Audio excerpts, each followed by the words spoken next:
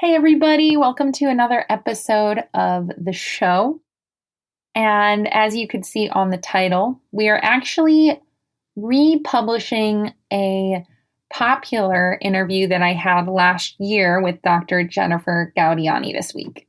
And instead of just reposting it and having you all listen again, and for the new listeners, maybe listen to that for the first time, I decided to record a little life update for you so you get a little something new this time around. So anyway, I'll just dive right into it. This is a big summer for me. It's very different. I recently went through a breakup of a 5-year relationship that left me really heartbroken, although I know the decision to end the relationship was aligned with what I needed. I had to set some pretty big boundaries around how I want my future to look. And unfortunately, we just didn't see eye to eye on that, at least at the moment. So unexpectedly ended up single, which is weird because it's been so long. And I've spent all of the months, it's been since March, slowly trying to heal. And I know there's this joke on TikTok, you can choose hot girl summer or healed girl summer. And I am really leaning into the healed girl mentality. And the breakup really left me with so many unearthed insecurities I have about where I feel like my life should be by 31. I think as a heterosexual female, by 31, you're really expected to have a family, be married, all of those things. And I had to make the decision to be on my own. And I'm really dealing with shoulding myself, as they say. But the entire experience has been helping me to basically turn to everything I know and everything I teach about tending to my own emotions, really feeling them, taking care of myself with self-care and coping strategies and journaling and meditation and challenging the beliefs that cause my own suffering, as I talk about all the time on this podcast. So I just want to say, even though I'm in the thick of it right now, I'm really proud of myself for how far I've come in this healing journey, and I've been taking care of myself and feeling all the things. And I really attribute my own recovery to my ability to do this, because you learn so much about yourself in eating disorder recovery, and those superpowers that you gain from recovery, you carry on to other areas of your life, which is truly amazing. And I've been feeling that and living that this summer. But anyway, my partner and I moved out of our shared apartment about 2 weeks ago, and I have found myself in a place of total freedom. I did not sign any other leases. I put all of my stuff in storage, and I'm really embracing this moment of freedom that I know so many people do not have the privilege to have. I've been working towards building up my coaching practice that's fully online since I was 23 years old, and being in a lease really held me back from embracing that freedom, obviously, because your finances are going towards renting a space. And now I'm kind of freed up to travel, which is amazing to me. So because my coaching practice and membership are 100% online most of the time, I'll be spending all of June in Europe, which I'm very excited about. And I'm currently planning out my trip, but the highlight of this trip will be hosting the very first Recovery Collective retreat in Portugal. And we're going to be in a little retreat center that we have completely to ourselves in this gorgeous valley in Portugal. And there is a little river and little hiking trails and a farm. And it's going to be so grounding and peaceful. And I'm going to finally meet so many beautiful souls I have been connecting with since the founding of the Recovery Collective. As you guys know, Anne Claire, she is another CCI coach who I bring up on here all the time. She partnered with me to create this retreat, and I'm over the moon because I am actually finally meeting her, along with a one-on-one client of mine who I've been working with over a year is going to be on the retreat as well. And I'm just, so excited. And my heart is bursting with joy knowing that I'm going to see these two individuals plus all the other members of the collective who have joined. We have 11 of us total going, which is sweet. It's going to be small, intimate, and powerful. And the impact and intention is truly to help people just move forward in their recovery from where they started the retreat. So just a little progress forward, and then building new friendships and building upon existing friendships that hopefully last for a lifetime. So anyway, as with darkness comes the light, and I'm really truly experiencing some of the most painful moments of my life, especially my personal life, and some of the most joyful moments of my career at the same time. And I feel like that's just how life works sometimes, and I'm here to feel it all. So anyway, that's my life update. After Portugal, I'll probably be hitting up the Andalusia region of Spain. I'll be maybe looking towards Croatia, and then definitely going to Denmark, which I know we have a lot of Danish listeners here, so that's exciting, but I'll probably be in Denmark towards the beginning of July, and I'll be all over the map. So if you're in any of those areas, definitely send me a little message on Instagram if you wanted to show me your favorite place or get a coffee with me or something. I would love to meet listeners if possible. No promises I'll be able to make it, but would be kind of cool. Nothing's truly finalized yet, but I am so grateful that I have this opportunity to travel. And I'm hoping to start sharing more of my personal life with all of you here, slowly, with caution. I never shared my eating disorder recovery journey while I was going through it. And I have so much admiration for the people who are vulnerable and open up like that. And I look up to people who can share about things while they're in the thick of it. And that is truly my intention, to give you this life update, but also hopefully in the future, give you a few more life updates, and let me know if you like listening to them, and I'll be sure to keep filling you in here or there. Anyway, thank you guys for listening in on that. And before I tee off the next episode, I just wanted to let you know that the Recovery Collective doors are open until midnight on June 2nd. So if you look at the calendar, it's probably today. If you're listening the day this comes out, think about it. If you want to join the collective, you have limited time to do so. We love our new members. If you join, our member mentor will reach out to you, set up a one-on-one meeting, and make sure you transition really smoothly into the community. So anyway, that's my gentle encouragement to come join me and the 77 other members inside this really safe, recovery positive environment. And I do want to let you know that when doors close, you can't join again until the fall. So if you are struggling with maybe body image during the summer, now is the time to join. And yeah, a little bit about our community. We have a ton of Taylor Swift fans. We have some 90s grunge fans. We have people who love animals. We have people who love Harry Potter.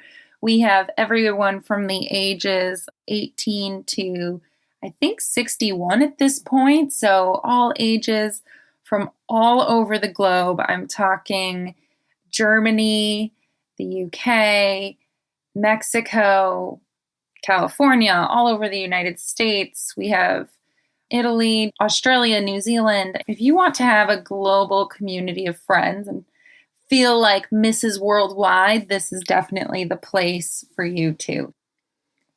And you guys know how to find it. The link to our website is in the show notes. It's also all over the Recovery Collective Instagram. And I highly recommend you meander on over to the website and check out our 2022 lineup. When you sign up for that, you will also get a library of content recordings dating all the way back to January 2022. That's about 9.5 hours of content for you every single month. And we just keep adding to that content as the months go on.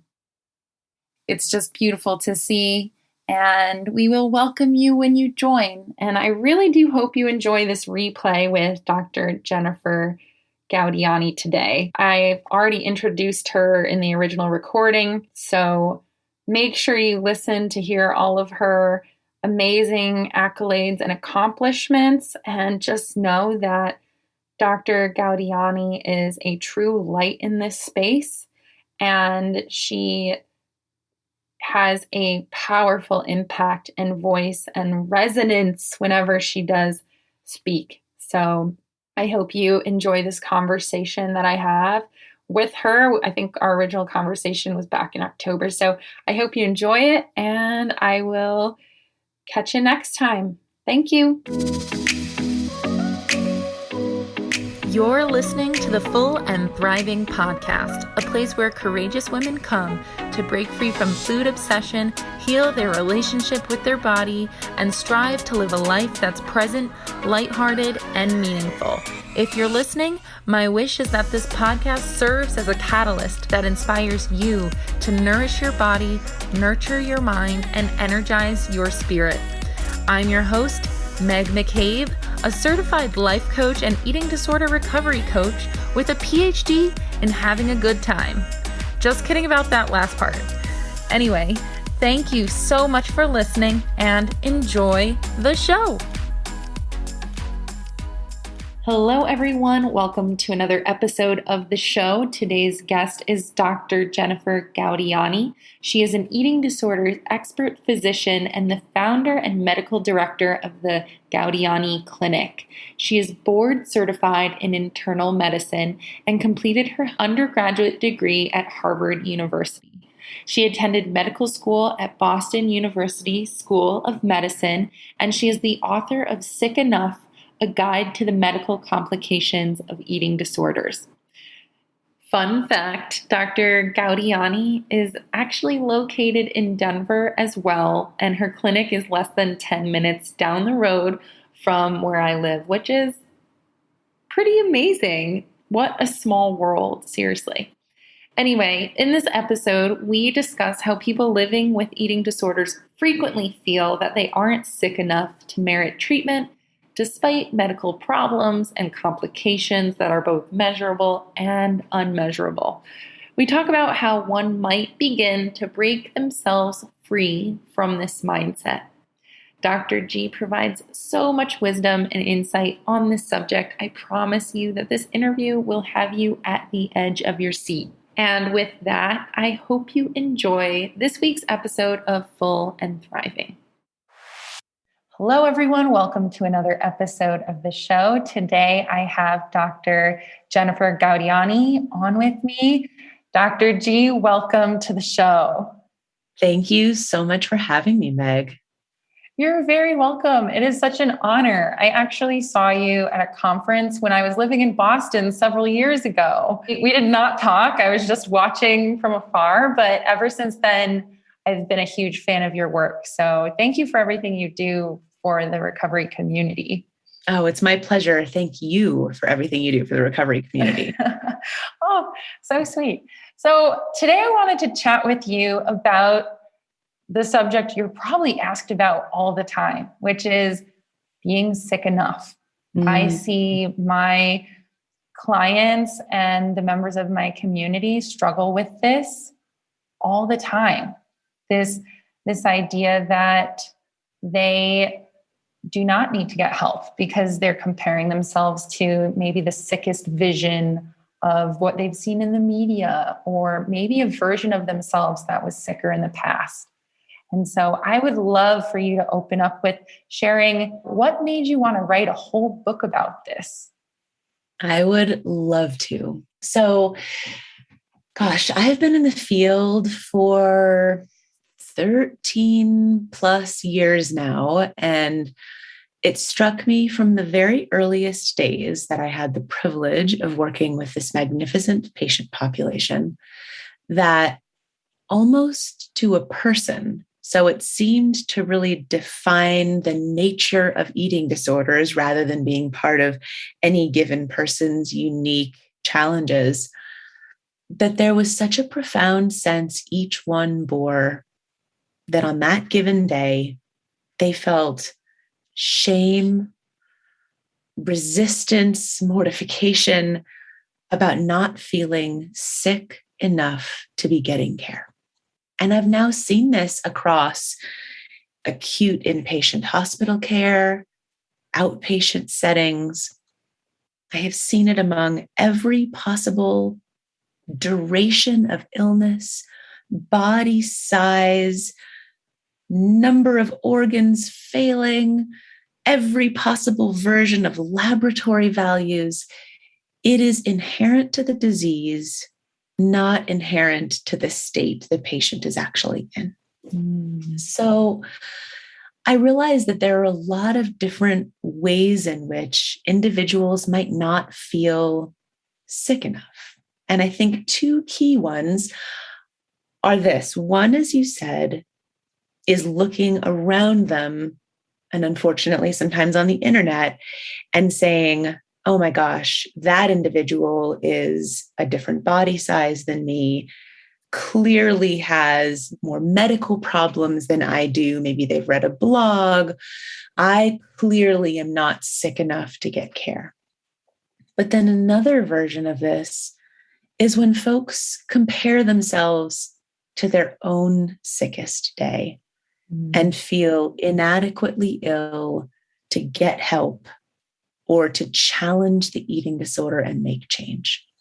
And one of the ways that I've tried to address the latter is by asking my patients to name what's happening. Hey, wait a minute. I see you. I see that the eating disorder has come up with a fabulous new strategy to resist being challenged and is telling you that there was that one time 5 years ago when ... And you're not nearly that bad now. So why would you have to keep pushing?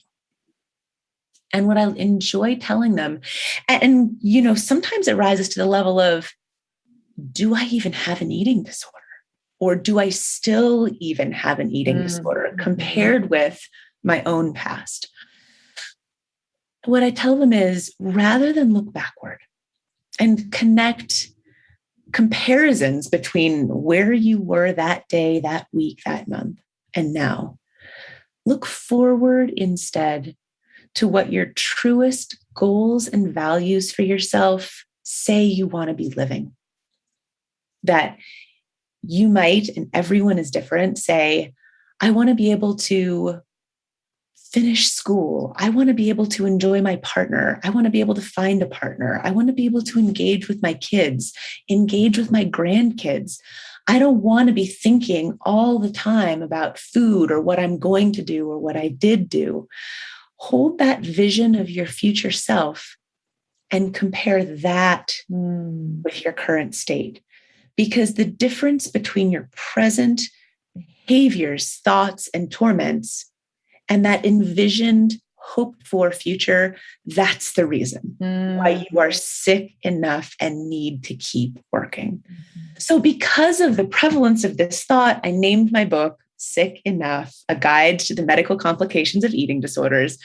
And you can always tell when it's someone either in the field or who is in the midst of an eating disorder or recovered versus not, because those in the former category are like, oh, I get you. And so that really, I wanted to grab the attention of people across all genders, ages, body shapes, and sizes and say, if you are tormented by any of these thoughts or behaviors, even if you have nothing measurable that is medical, you are sick enough to get help. Well, you definitely caught the attention of so many, because that book title really struck me. I was like, she's got it. She knows how the readers are thinking, and also the providers. Many of us can relate to this concept of sick enough. And I just want to touch on how simple that is to really ask yourself, who do I want to compare myself to? If I compare myself to my sickest, I probably won't feel sick enough. But when you shift towards that version of you absolutely want, that gap feels so much more important, because it's the gap between who you are now and who you want to be. And that's really beautiful. And I love that that is the first thing you bring up to those who have that little protest thinking that they're not sick enough.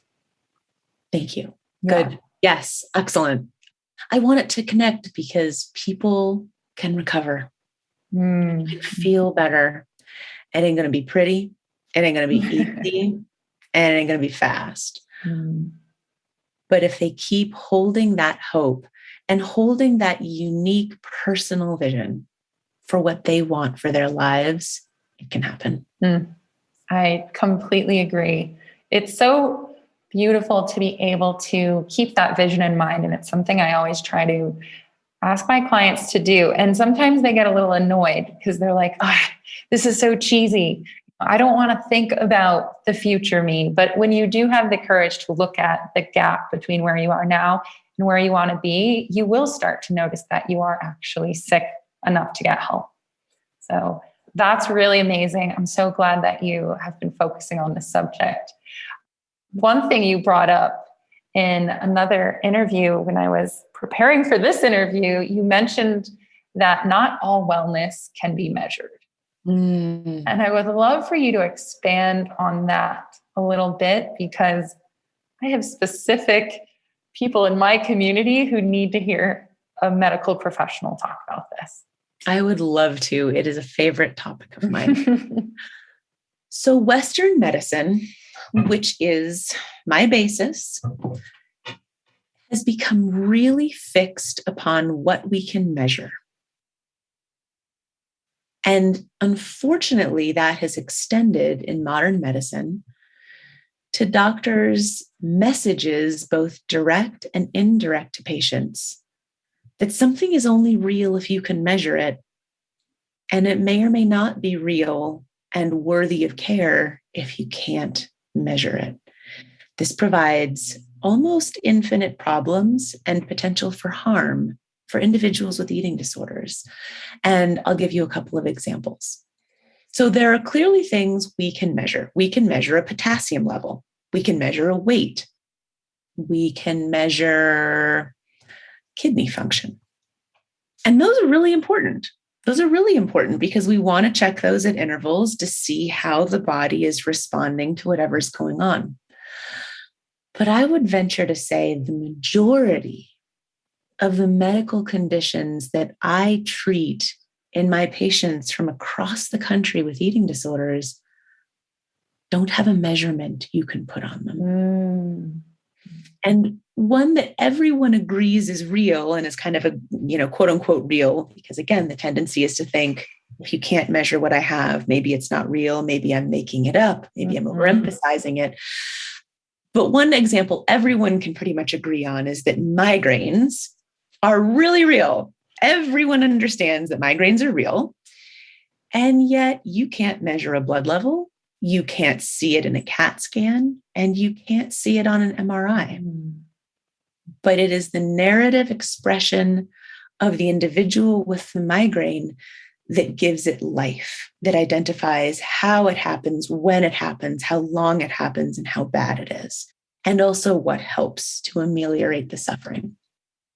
We've got to take the migraine model and apply it to all the unmeasurable findings that people with eating disorders have, either because they also have those conditions or because they have problems that are caused by their eating disorder.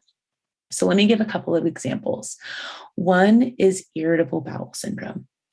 Irritable bowel syndrome comes in 3 different types: diarrheal, constipation, or mixed.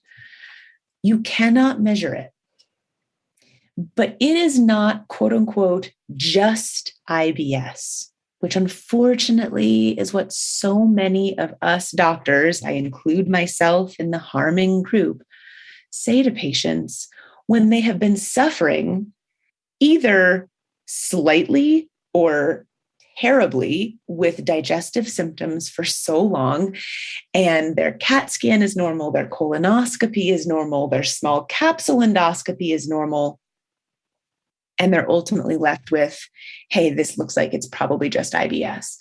The word just pulls the rug out from under how very, very significant this diagnosis can be for so many people. And there's an implication in Western medicine, not all the time, but enough of the time, that those conditions that aren't measurable might be being exaggerated by the person who expresses the symptom. This puts patients in a really serious bind because doctors have power. And when a doctor who is powerful says to an individual, this is just IBS, or I can't find anything wrong, it's just because you're sensitive, that sets off a whole cascade of problems and harm in that person. For instance, that patient might be the survivor of trauma, and a powerful person undermining their story may re-traumatize them because once again, they're in a position where their story is not being believed and taken seriously and managed appropriately. It might speak to that part of the eating disorder that says, I'm not sick enough. So when the doctor doesn't express sufficient concern, the patient also feels once again deeply invalidated, but this time not just from within, from someone whose job it is to diagnose and to ease suffering. So it causes a lot of trouble on the psychological side. And then it causes trouble because a solution hasn't been offered. Just sticking with digestive work, when I do functional digestive medicine, which I do a lot, I'm thinking about somebody who has bloating, pain, responsiveness to food in sort of a negative way, constipation or diarrhea. And I'm thinking not, well, if there's nothing on the CAT scan, if there's nothing on the endoscopy, I guess it's nothing. I'm thinking, is it IBS? Is it small intestinal bacterial overload, SIBO? I'm thinking, is it abdominal wall and pelvic floor dysfunction? I'm thinking, is it mast cell activation syndrome? I'm thinking, is it abdominophrenic dyssynergia? There's so many things we can't measure, but when we identify them, we can help reduce the suffering. And when we reduce the suffering, we remove obstacles from the eating disorder recovery journey to make it just a little bit easier. And finally, when it comes to measurement, I have to make note of weight, because weight is something that can be measured and that doctors almost always get wrong. Because if somebody is underweight, too often they are praised, or this is passed off or explained by the medical system. If they are, quote unquote, and I say this very much because we don't have an alternative phrase, normal weight, then their suffering and their symptoms and their eating disorder behaviors are dismissed, because the belief by the medical system is no one who's at a normal weight could possibly have a problem with food. And heaven forbid, if somebody is in a higher weight, they are in one of the most stigmatized categories that can walk through a medical office door, and they're almost always invalidated and harmed with recommendations that are basically recommendations for how to have an eating disorder, but doctors apply them willy-nilly to people in higher body weights because that's considered appropriate, when it is not ever appropriate. Absolutely. It is such a tragedy for me to just see how there are so many ways indirectly that people can become invalidated when they have an eating disorder, and it could be the fact that you're living with all these symptoms that can't be measured, or that you're living in a body size that doesn't fit the stereotypical framework of someone with an eating disorder. And that invalidation can absolutely feed into this like doubt that you are sick enough in the first place. Yeah, that's right. It's not necessarily that the eating disorder itself carries the I'm not sick enough piece, although there is an element of clearly that it does. It's the fact that the medical system shores that up at every possible turn and causes more harm. I mean, I think provider internalized size bias is all about that dangerous measurable. I can't tell you how many kids I see whose pediatrician has told them, well, you're not officially underweight, so it's probably okay. And you can probably just gain weight pretty slowly up until this place where you should be okay. That talk right there has harmed that child because the provider is using their own internalized size bias to imply that there's a minimum weight that a child should get to that may be vastly below where they actually need to get to continue growth, development, and recovery. But once they set that lower boundary, forget it. The anorexia has its claws in, and that's that. Or the rate of weight gain. This is about a provider problem, but so many of these wonderful, sensitive, darling humans take it as this is my problem. I clearly am the problem here because my doctor has said X, Y, or Z, when it's not. This is a problem of the system. Wow. Up until our conversation, I always attributed the sick enough mindset to mostly the eating disorder itself. But when you do take a look at the larger framework, it is also coming from being surrounded by providers who might be measuring in too black and white of a mindset, and maybe a little bit fat phobic as well, or extremely fat phobic at times. And, I'm just kind of having that aha moment as you're speaking, because it's not just the eating disorder. We're getting these messages everywhere. Yeah, we are. And it points out that there is really no safe space in our society to have an eating disorder, or in many ways to have a body.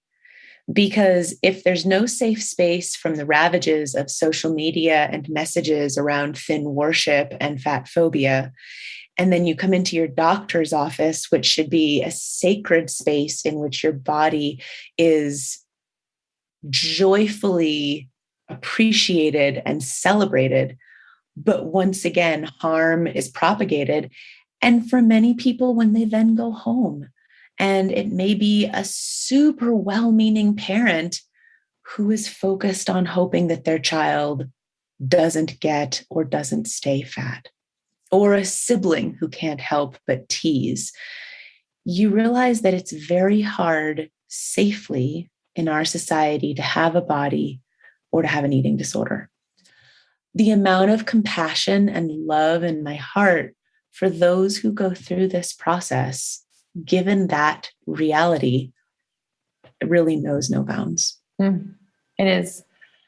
It breaks my heart as well, just to think about that. I know growing up, I would take everything my doctor said like the Bible. And we're kind of taught not to question that.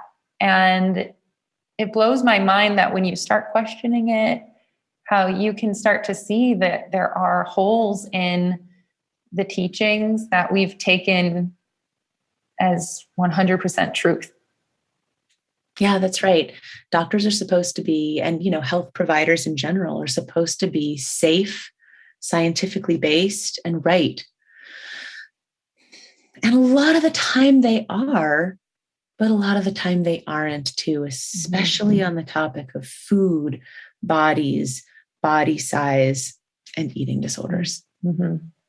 So another thing I wanted to bring up on the subject of just sick enough is your comparison with the house on fire. Because I just love that. And I would love for you to share that with those listening today. Oh, thank you. This is a really fun story. I was an English major in college, and so I really enjoy using metaphor and stories in my work with patients, in part because that's just how I think. So that's authentic to who I am. And in part because I think the telling of stories is such a human interaction.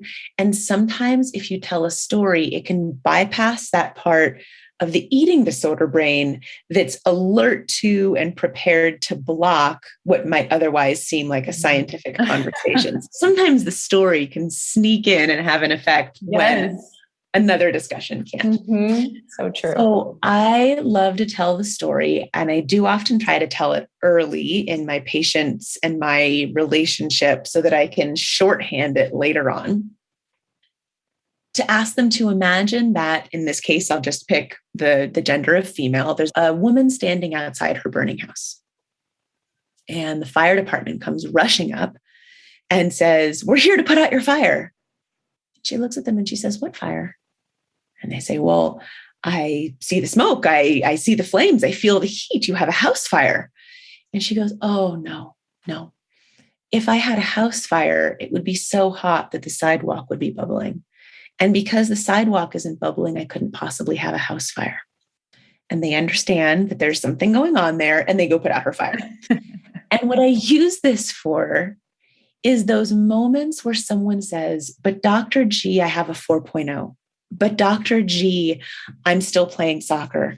But Dr. G, my labs are normal. But Dr. G, my weight hasn't fallen. But Dr. G, my weight is high, if anything." All in service of saying ... so I couldn't possibly be that sick. And after I've done that story with them and I get one of those moments, I look at them and I say, "Oh, house on fire. Are you telling me your sidewalk's not bubbling so you couldn't possibly have a house fire?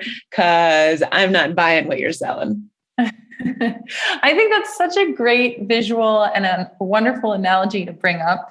I see that literally all the time. Either their labs are normal or they're just very high functioning in their career. And so they're kind of waiting for a rock bottom to hit them in the face, and it's not going. It could be death. The rock bottom could be death, but maybe it's not going to come in the way that they expect it, this rock bottom so they just keep on going in their life. And then another way I see it, which I'd love for you to speak on this too, what about the individuals who have the complications and who have the symptoms, but they are kind of in denial that those are going to impact them? Or they see the impact and they don't have maybe self-worth or the self-love to take that seriously. That's such a thoughtful question. I did think of one thing that I wanted to add to the prior. Yes. Start with that, and then I'm going to move on to your wonderful question. That whole denial of disease severity or resistance to recognizing that something's a problem, or the tendency to say it's not bad enough yet. It seems super reasonable to the person saying it because they have this wonderful, brilliant brain and they're used to trusting their brilliant brain, and the brain is using all of its smartest mechanisms to convince them that they don't have to do anything about their eating disorder. But it's really helpful when you use a different disease model and you see then how jolting it is. So for instance, nobody says about their cancer, "I need to wait until this tumor has broken through the skin and I can't even put on a shirt because you see a tumor under my skin before I get help for this." Nobody says, "I need to wait until rock bottom with my cancer to treat it." Mm-hmm. Similarly, when people say, "How do you manage if you address an eating disorder with someone and you get that complete resistance, stonewall, there's no problem here?" It becomes more obviously absurd. And I say that in a loving and respectful way for how serious it is. If you imagine a friend saying, "Hey, you've got a mole on your shoulder I'm a little concerned about." No one says, I don't have a mole. You have a mole. That mole isn't even that big. That mole is like not even a problem. I don't know why you're talking about my mole. Look at your own mole. No one says that. They say, oh, geez, I couldn't see that. You're right. I'll go to the dermatologist. So when we use these other models, it's so evident that the thinking is ill. And sometimes I just sit in the moment with my patients and I say, oh, honey, the fact that you're even questioning this, the severity, the sick enoughness, whether or not you've hit rock bottom enough where you've gotten ill enough to get help, that proves the problem right there. Because if this were any other problem, nobody says, I just have to wait until this strep throat has prevented me from breathing till I'm going to accept antibiotics, until I'm worthy of accepting antibiotics. No. So it's just helpful to question these things. And I like that like loving, respectful questioning, because so often the eating disorder voice sounds really reasonable, like really, really reasonable. And it sounds so reasonable that loved ones and carers can be fooled into going along with the ED thinking. I'll give one more example before turning to the, what if there are bad complications? Let's say that there's a teenager who's relatively recently diagnosed and his parents are really trying to take care of him. And now they're having to watch over meals and really push him. And he says to his mom, I am so frustrated because I'm at the stage where I shouldn't be doing this. I need to be having my independent space from you. It is outrageous that you are managing and micromanaging me like this. It completely demoralizes me and it makes me sicker. Back off. I mean, when a mom hears that and a parent hears that, it sounds so reasonable. But then you think, wait a second. And here's a way to come back to it. Yeah, I bet it's incredibly frustrating for you to have me oversee all of this stuff for a wide variety of reasons. If your top priority is to have independence from my nagging you, I have a really easy solution. Eat all your food without my having to say anything. If that's what you're trying to solve for, we don't have a problem here because I don't need to say a word if you take care of it properly yourself. However, if in fact your eating disorder is trying to wear me down so that I stop insisting you get what you need, baby, I'm going to win this one. The anorexia is not going to take you. I am your parent and I am going to make sure you get better. So that's the kind of thing of just like, take a beat, think about what's being used, think about how the anorexia might be using it for its own good, and consider sort of the bigger picture. Okay. I love that. So when we think about individuals who have really significant measurable and unmeasurable complications, and everyone in their family is freaking out, and their medical team and their dietitian and their therapist are freaking out. And the entire time they sit there in a posture of, I don't know why everyone's so freaked out. I'm going to be fine. In fact, I'm probably not sick enough. And furthermore, some part of me kind of feels like I deserve to be sick and suffering. Mm-hmm. There may have been trauma in the background. There may have been any number of experiences that make that person susceptible to the feeling that they don't deserve good things. They don't deserve the soft seat in the room. They'll take the hard one. They don't deserve to keep the heat up in their house in the winter. They're going to run it a little chilly. A lot of the time we need to name that and have that be a really important therapeutic focus. I believe deeply in people's autonomy over their body at all stages of life and at all stages of the disease. Now, that doesn't mean that if I've got somebody who's young and relatively recent to their eating disorder, I'm not going to fight like hell and pull whatever strings I can so that they survive and thrive and move on with their lives. But I think it's really important that we keep naming what's wrong. Sometimes my patients will say, Dr. G, every time we meet, can you just go over that list again? Because in session with you, I hold on to it and I'm like, right, I've got it. These are things that really are going wrong. I really do need to eat more tomorrow. But then when I leave session, it's like it vanishes out of my head and I can't hold on to it into that motivation. I think we just keep naming it. We keep saying, I see what's there. And a lot of the time I'll identify with my patients that we can't, even if crisis motivates you, we have to recognize we're not going to be able to rely on that for a long time because human bodies are miracles. They are survivors and glorious. And within just a few weeks of nourishing adequately, not purging, resting, and hydrating, oftentimes a lot of the emergency has started to heal and it's gone away. So I remind them that they don't wait until their cat or dog is fainting to feed them and give them water. They feed them because they are mammals and they deserve nourishment and hydration, and that's the right thing to do.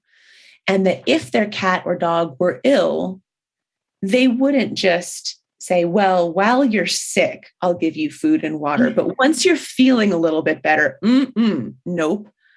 It's clear that that is torture. So we cannot apply a different standard to the mammals that are ourselves.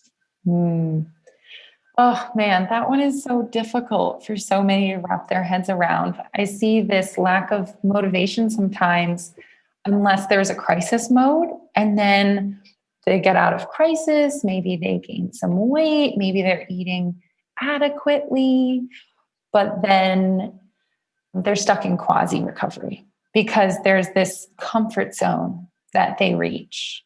And is there anything you suggest to people who kind of get stuck in that place where they're really only motivated by that crisis scenario, and now they're stuck in this comfort zone of quasi recovery? Yeah, there's two things that come to mind. One is an important validation. Almost all eating disorders come with restriction, regardless of what happens in addition to the restriction. When someone who has been numbing through eating disorder behaviors becomes a little less numb as a result of engaging in some recovery work, certain things are going to get worse. They're not going to feel better right away because as the brain starts to thaw, so will the OCD, so will the anxiety, so will the depression, so will the eating disorder voice thaw and become more powerful. Mm-hmm. And so those first 4 to 8 weeks of engaging in behavioral change towards recovery can be torturous because all the elements fly out of Pandora's box that were being tidily contained by the ice chamber of an eating disorder numbness. So if we can anticipate this with our patients and be like, you know what, it's going to get worse here. This is not going to be all right. You're going to feel bad.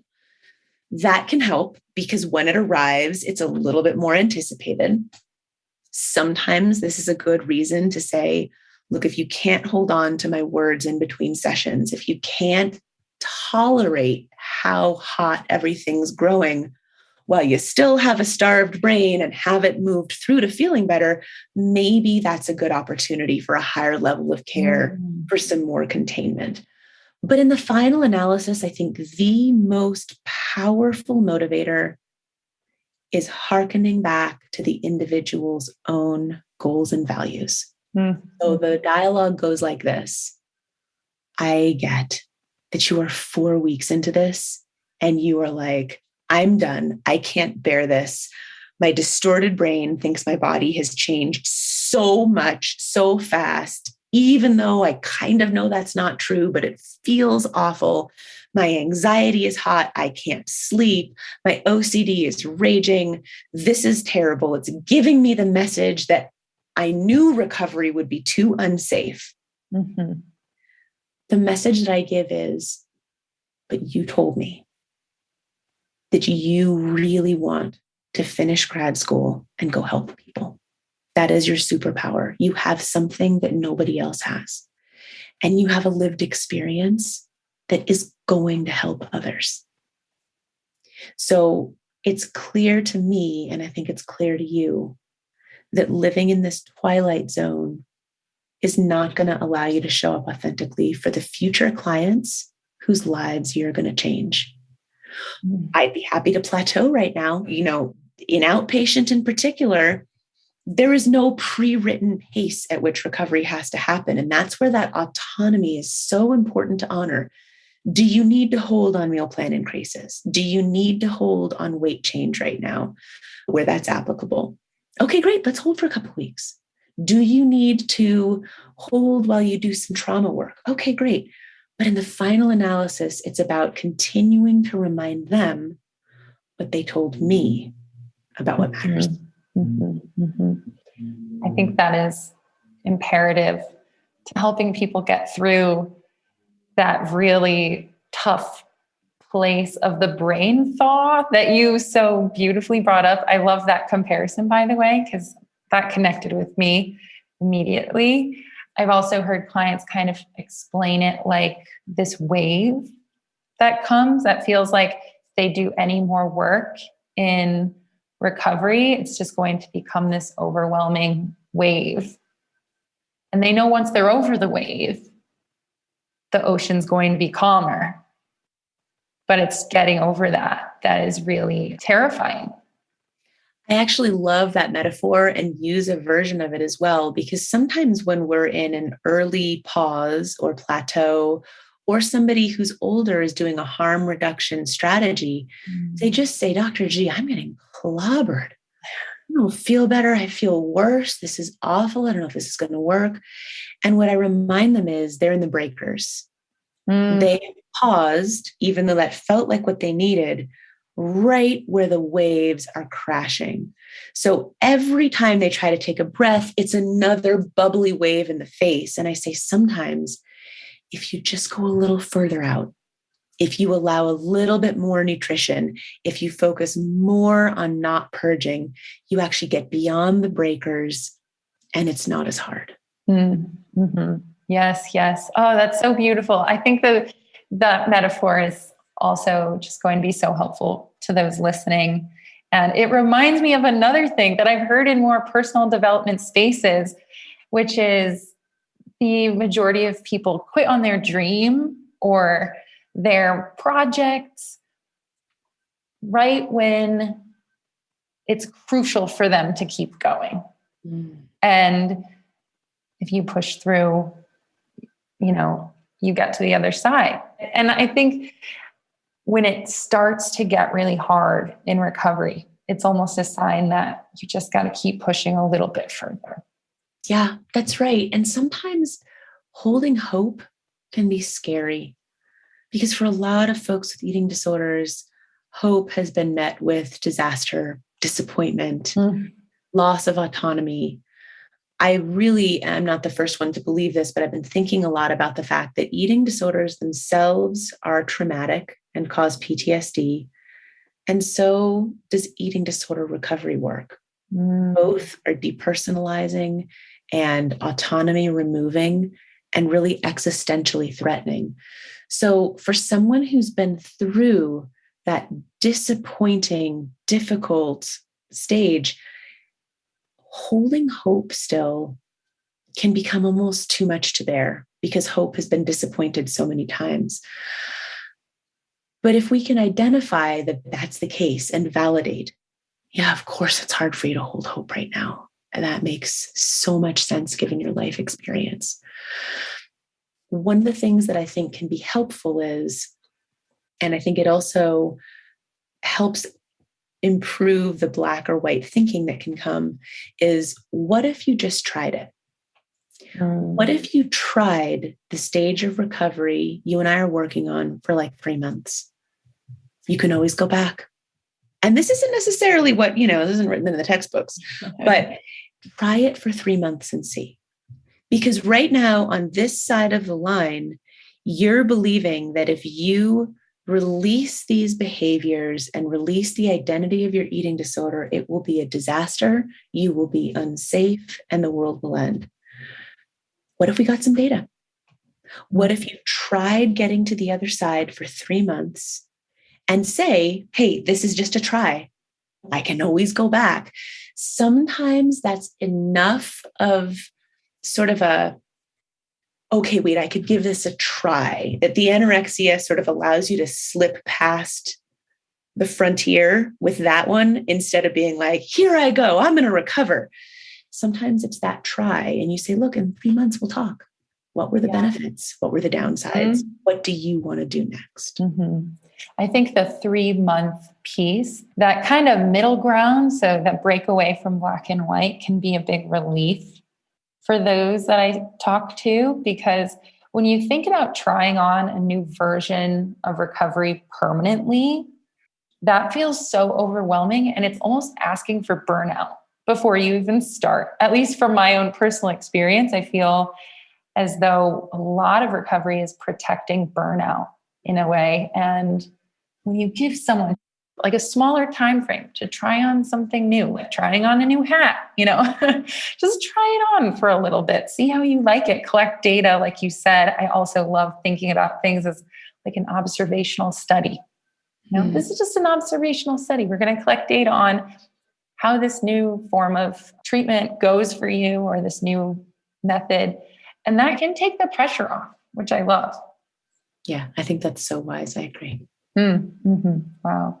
So my last question for you today is, I love to have people walk away with some tangible things that maybe they can take action on. So how might you suggest someone to start breaking away from this I'm not sick enough mentality? Like, is there anything they can do to start separating themselves from that mindset? I've never been asked that question before. Let's think. One way to do it is to make 2 lists.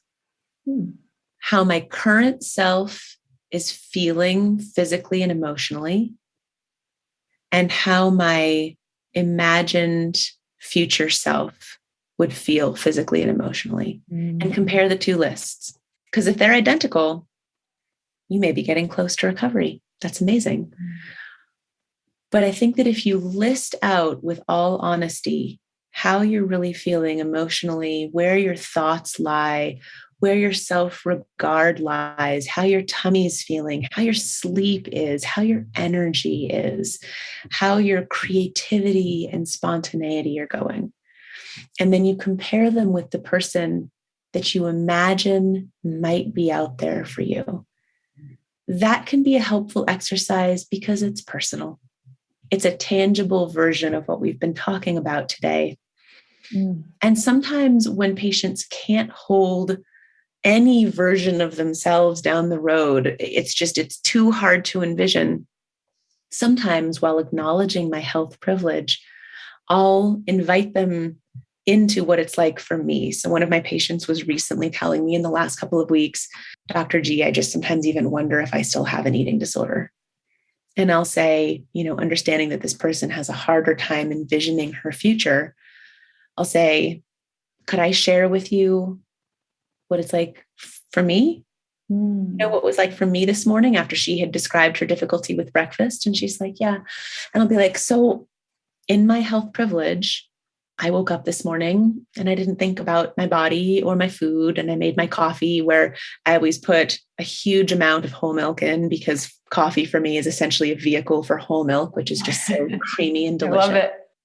And then I took the kids to school and I came home and I just thought, what am I in the mood for? So I put some bacon grease in a pan and cooked up some eggs and cut up an avocado and put it in there and added some American cheese to my eggs because I just really like the texture of the melted American cheese, and threw in some salsa and then crumbled some chips over the top of it, and just sat there and ate my breakfast and tasted how good it felt. And then I went to take my shower and get ready for the day. Is that similar to how you're living?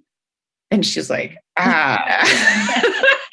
no. And I'm like, okay, so that is my version of living well. And to the extent that there is a delta there, appreciating that not everyone can get to a health outcome that others might. This is a way of helping you remember things could be different. Yes, that's so helpful. First of all, I love your list idea, the 2 lists side by side. Always great to be able to write something down.